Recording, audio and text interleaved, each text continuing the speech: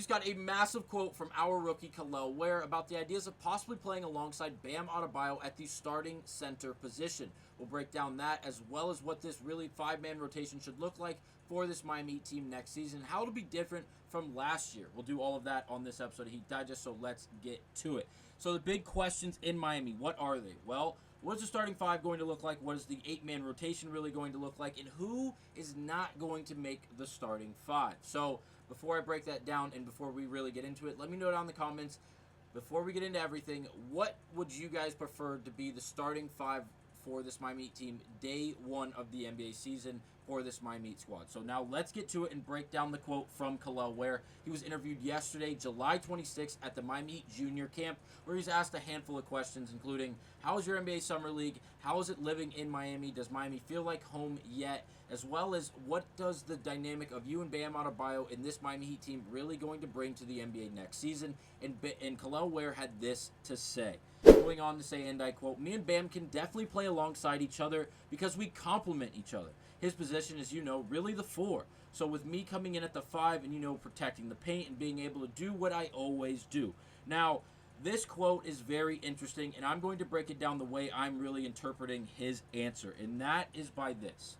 Kel'el Ware, with that answer, makes me think that he understands that Bam Adebayo is going to be the offensive production out of the big men on this Miami Heat roster, and he is going to play more of an anchor role. Yes, he's going to be a lob threat every time down the floor without question, but it's going to be the defense that really not only earns his playing time, but really propels him into the next level of player that we're expecting him to turn into this up-and-coming season for this Miami Heat team. Now, we know Kel'el Ware has been dominant really all summer league long, as he was averaging basically 19 points, 8.5 rebounds, and just under 2 blocks per game, while shooting just under 60% for the NBA Summer League, as we did win the Summer League Championship, due to the play of not only Kel'el Ware, but obviously Pelle Larsson and Josh Christopher and a handful of other guys for this Miami Heat Summer League team. So if Bam Adebayo is able to move back to the 4 position and play the power forward position, can we expect Kel'el Ware to fit in at the center? Well, I think it absolutely would work. Bam, right now in this depth chart for this Miami Heat team,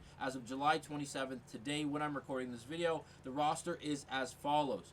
Terry Rozier at the 1, followed by Hero, Butler, Jovic, and then Adebayo. And then for the second string of players, Alec Burks, backup point guard, Josh Richardson returning to the Miami Heat once again as the backup shooting guard, Jaime Jaquez Jr. as the backup 3 and 4, and then Kel'el Ware rounding out the second unit as the backup center. So if we were able to put Bam Adebayo at the 4 position and move Kel'el Ware to the center, how would that look for this Miami Heat team? Well, I can tell you right now, defensively, we would be a problem to match up against with any team in the NBA. Kel'el Ware is legitimately 7 feet tall, maybe even 7'1" with shoes on, and his defensive capabilities, again, are otherworldly. He really does have size and length that can really alter any shot at any point of the floor against anyone in the NBA. And now with Bam Adebayo, who's a multiple-time Defensive Player of the Year finalist, as well as just being Bam Adebayo, not only on the offensive end, but obviously on the defensive end, and then Jimmy Butler at the small forward position. That 3, 4, and 5 combination,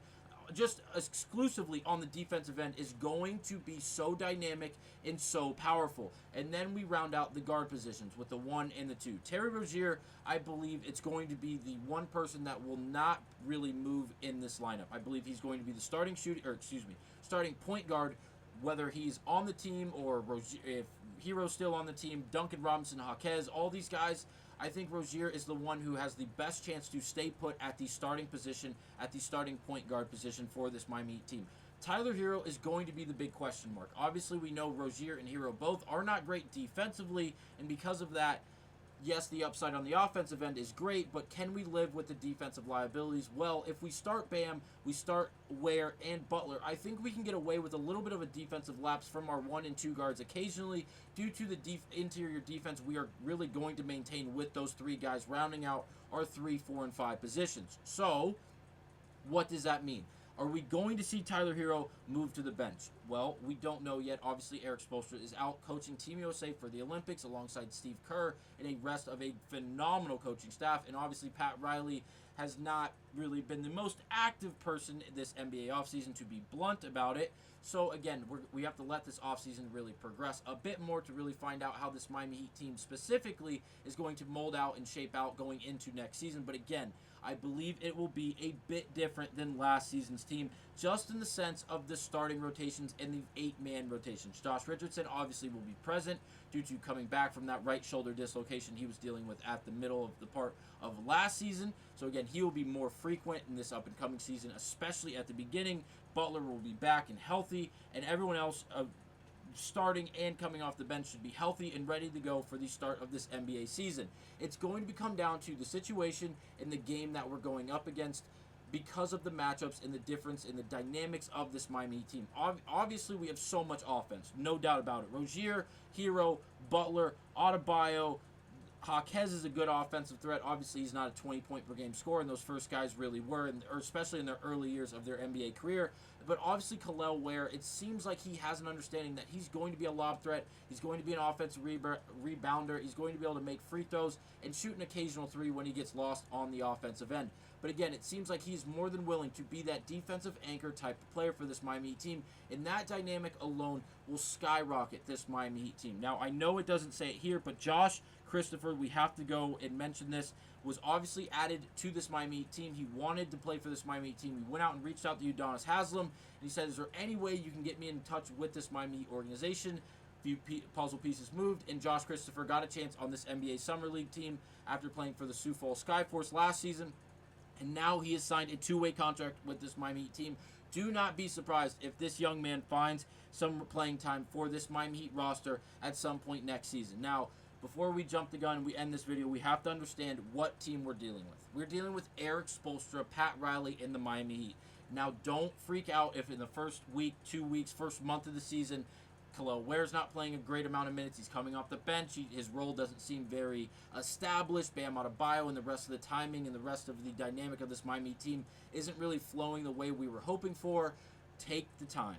Relax. Allow this Miami team to really find their footing. As I don't have to remind you guys, last season we led the league in different roster or starting five rotations for the NBA. Yes, we had 35 different starting lineups just last season, and we were able to make the play-in, win the play-in game, and get into the NBA playoffs. Obviously, it didn't go as we planned, as we lost in 5 games to then to be future NBA champions in the Boston Celtics. But again, we weren't healthy. We really never found our footing, in a 35 different lineups in 82 games will be a great answer to why the heck no one could find their footing and find their way through an 82-game season. Well, a different lineup basically every other game isn't going to really help those teams' odds in playing well and playing as a well-established team. So hopefully this offseason goes well, everyone comes back healthy, and we use the entirety of the offseason, that first month of the NBA season, to really gel and find a dynamic in a starting five in a 8-man rotation that really excels and works for this Miami team, as we clearly have all the talent that we are really looking for on this Miami team, and we could really put some pieces together and become a masterful team through not only the Eastern Conference, but as well as the entirety of the NBA, and compete, again, with anybody in the NBA, with the size, the depth, the length, the defense, and the offensive capabilities of this Miami team. At least on paper, we have a chance to really make a run at next season and really be a dominant team on both ends of the basketball floor. So again, let me know down in the comments what you guys think. Who doesn't make the starting rotation out of this? Would you put Kel'el Ware, move Jovic to the bench? Would you leave the two guards the way they are? Is if we did move Ware to the starting rotation and put Jovic on the bench? And if that was the case, which guard doesn't make it? If both guards make it, what does that the next 3-4 men coming off the bench look like for this Miami Heat team? Let me know down in the comments. I'll see you guys on the next episode of Heat Digest.